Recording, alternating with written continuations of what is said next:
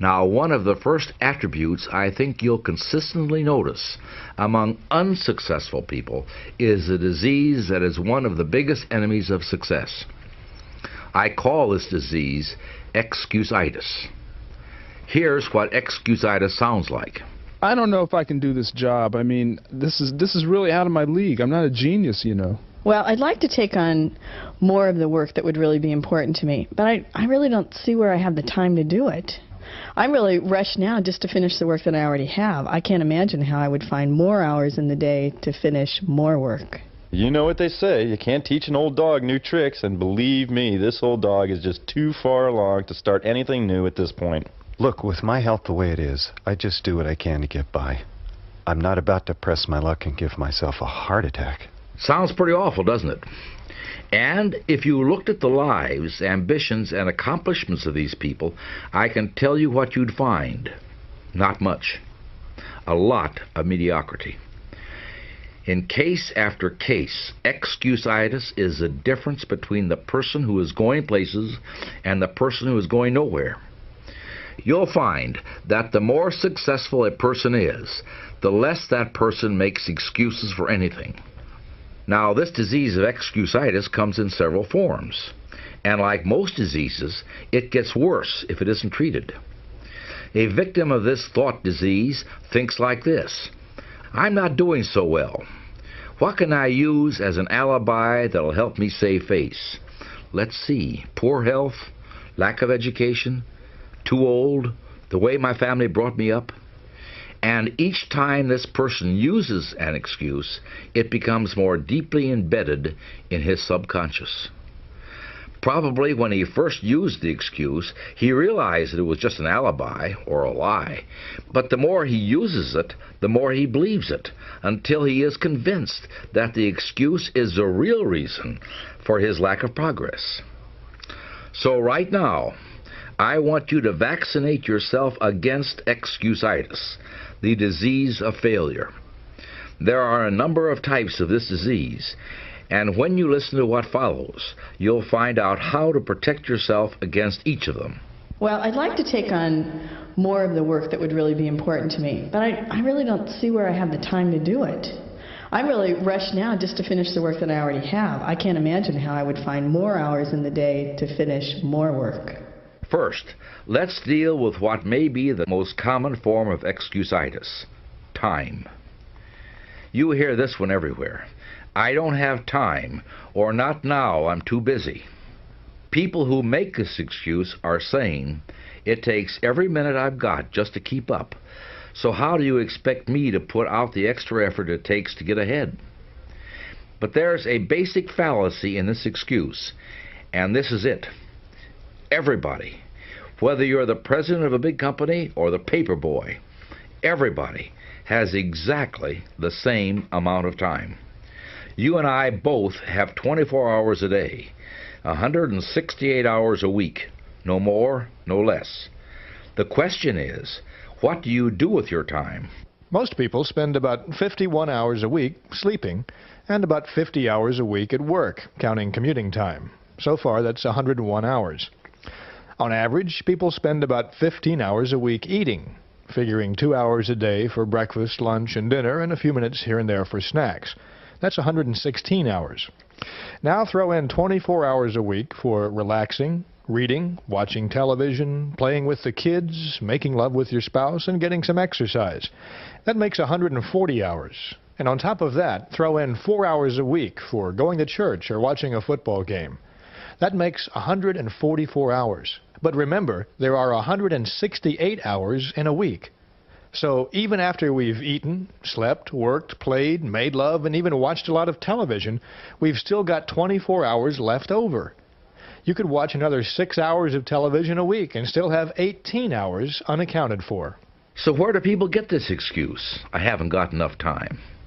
There is just no truth to the statement. It simply is an alibi for mediocrity, for failing to give yourself the chance to succeed. Successful people don't say, I don't have time. Successful people welcome new challenges, and they find the time to meet them. There's an old business axiom that says, if you want something done, find the busiest person you can and get them to do it.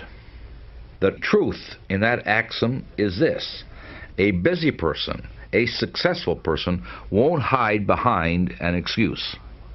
That person wants challenges, wants more business, wants that additional assignment, because a successful person knows that success is a direct product of extra effort. So, if you suffer from time excusitis, the cure is simple.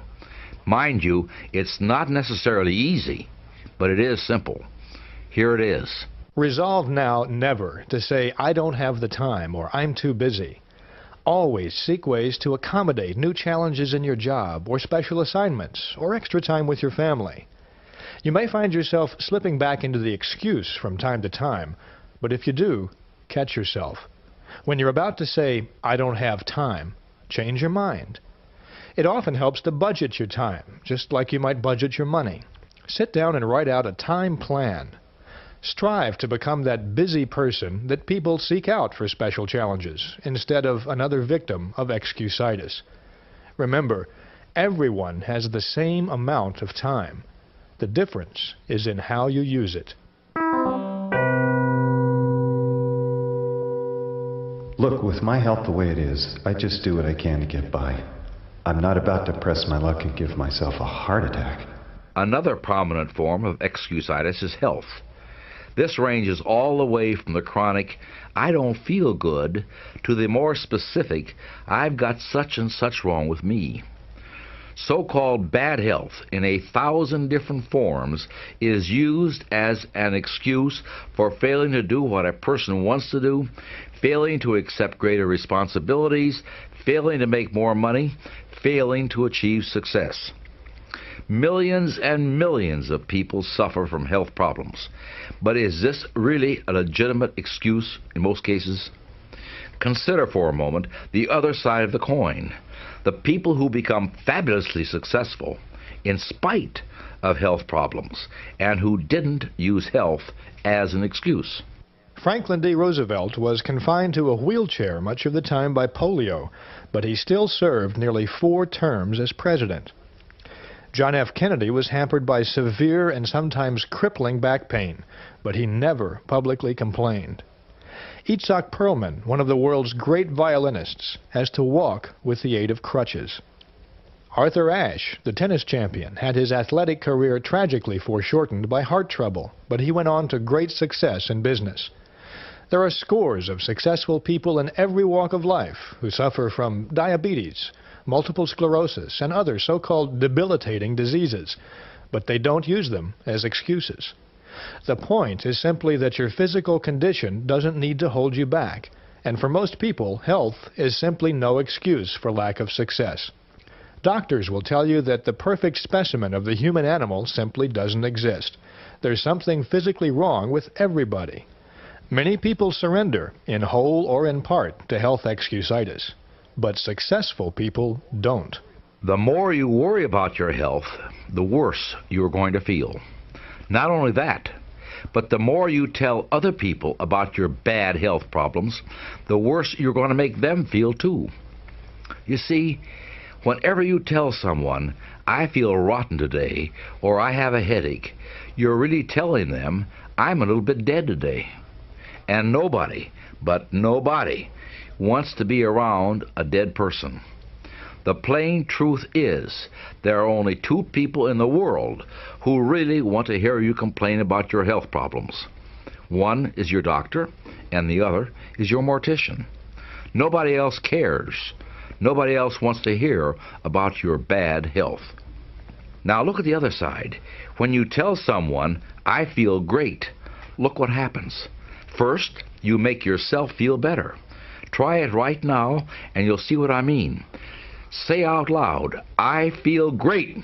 Come on now, say it. I feel great. It's impossible to say that and not actually feel better. Second, you make the other person feel better when you tell them how great you feel. And third, you make them feel better toward you. When anyone asks me how I'm feeling, I automatically tell them that I feel so good I can hardly stand it, and if I felt any better, I'd be worried. This makes people laugh, but it also makes me feel better, because how you feel is a product of how you think you feel. So now is the time to cure yourself from the disease of health excusitis forever. Here's how to do it. The vaccine against health excusitis comes in 4 doses. First, refuse to talk about your health. Talking about your bad health is like putting fertilizer on weeds, and besides that, it bores people. Success-minded people defeat the tendency to complain about their health. Second, refuse to worry about your health. If you have a problem, see your doctor, but don't worry about it. It won't make things any better. It will just make things worse. Third, be genuinely grateful that your health is as good as it is. Remember the old saying, "I felt sorry for myself because I had no shoes, until I met a man who had no feet." There's always somebody worse off than you are, so be glad for the good health that you do have, and don't dwell on your health problems. Finally, remind yourself that it's better to wear out than to rust out. Life is yours to enjoy 24 hours a day. Don't waste it. Don't pass up living by thinking yourself into a hospital bed. You know what they say, you can't teach an old dog new tricks, and believe me, this old dog is just too far along to start anything new at this point. Age excusitis is a failure disease of never being the right age to succeed. It comes in 2 forms: I'm too old or I'm too young. How many times have you heard someone say, I'm too old to start a new career now, or I'm too young for all that responsibility? In fact, how often have you heard yourself say it? This excuse has closed the door of real opportunity to thousands of people. They think their age is somehow wrong, so they don't even bother to try. And, unfortunately, we live in a society that seems all too ready to reinforce those stereotypes. On any night on TV, you can see old people put out to pasture and young people biting off more than they can chew. These statistics we read in the paper continually tell us how hard it is to find a job when you're 60 or when you're 19. But the fact is, for every statistic and every dramatization of these so-called problem ages, you can find real-life exceptions to the rules. Ronald Reagan was elected president just prior to his 70th birthday. Harlan Sanders was collecting Social Security checks when he started Kentucky Fried Chicken. Satchel Paige was playing professional baseball well into his 50s, but he didn't talk about his age. On the other end of the age spectrum, Apple Computer was started by 2 young men in their 20s, and the founder of Federal Express thought up the idea for his express mail service when he was in college. So age is no barrier. It is just an excuse. If you think you're too old to change or too young to accept the challenge, here's a cure.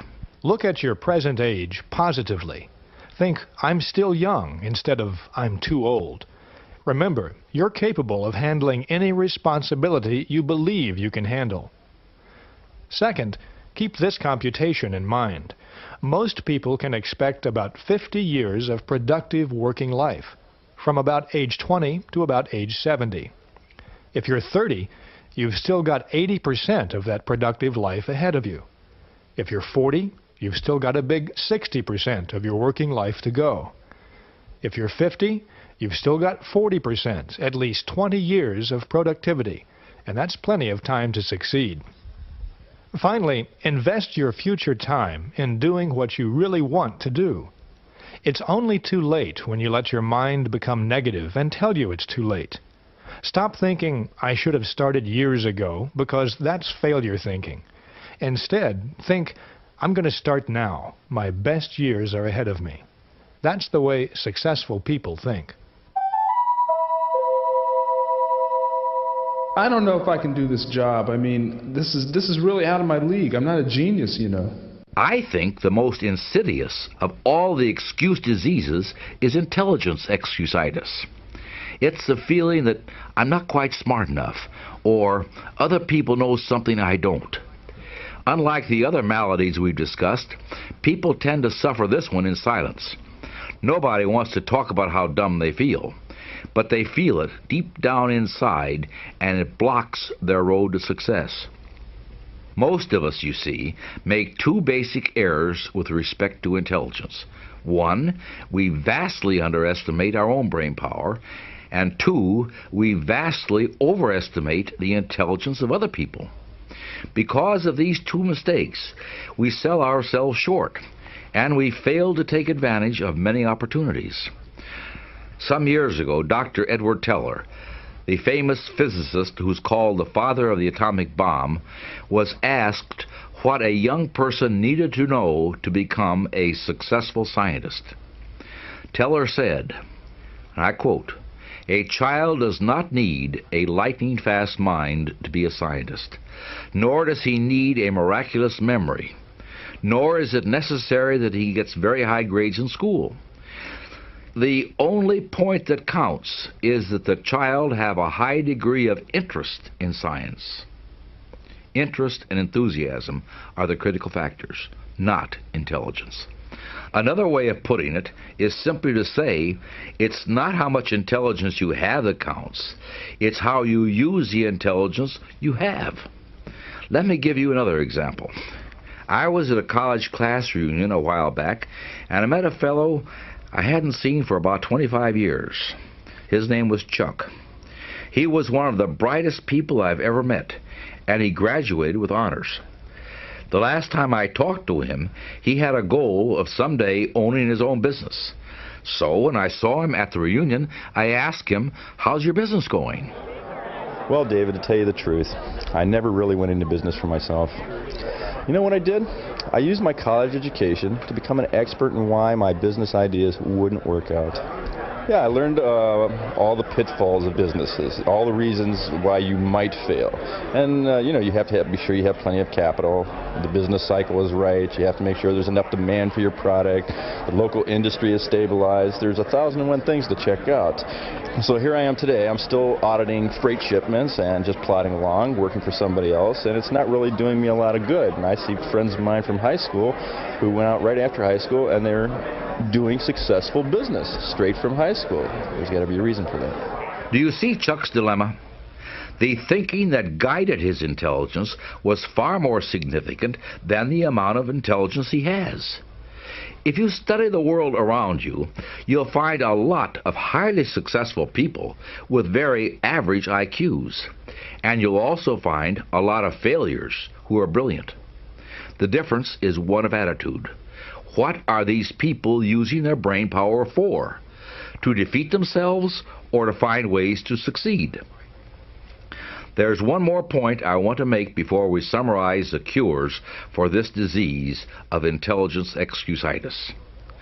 Another common mistake that people make with regard to intelligence is to equate piles of facts with useful brain power. But it's far more important to use those brain cells for thinking and analyzing than it is for memorizing. Someone once asked Albert Einstein, "How many feet are there in a mile?" Einstein replied, "I don't know. Why should I fill my head with facts that I can find in 2 minutes in any reference book?" Einstein, as usual, was right. You can always find facts. You can't always find good, positive thinking. That you've got to learn for yourself. So here's a cure for intelligence excusitis. First, never underestimate your own intelligence, and never overestimate the intelligence of others. Don't sell yourself short. Concentrate on your assets. Discover your superior talents. Remember, it's not the amount of intelligence you have that counts. It's how you use what you've got. Learn to effectively manage your brains instead of worrying about your IQ. Secondly, constantly remind yourself, my attitudes are more important than my intelligence.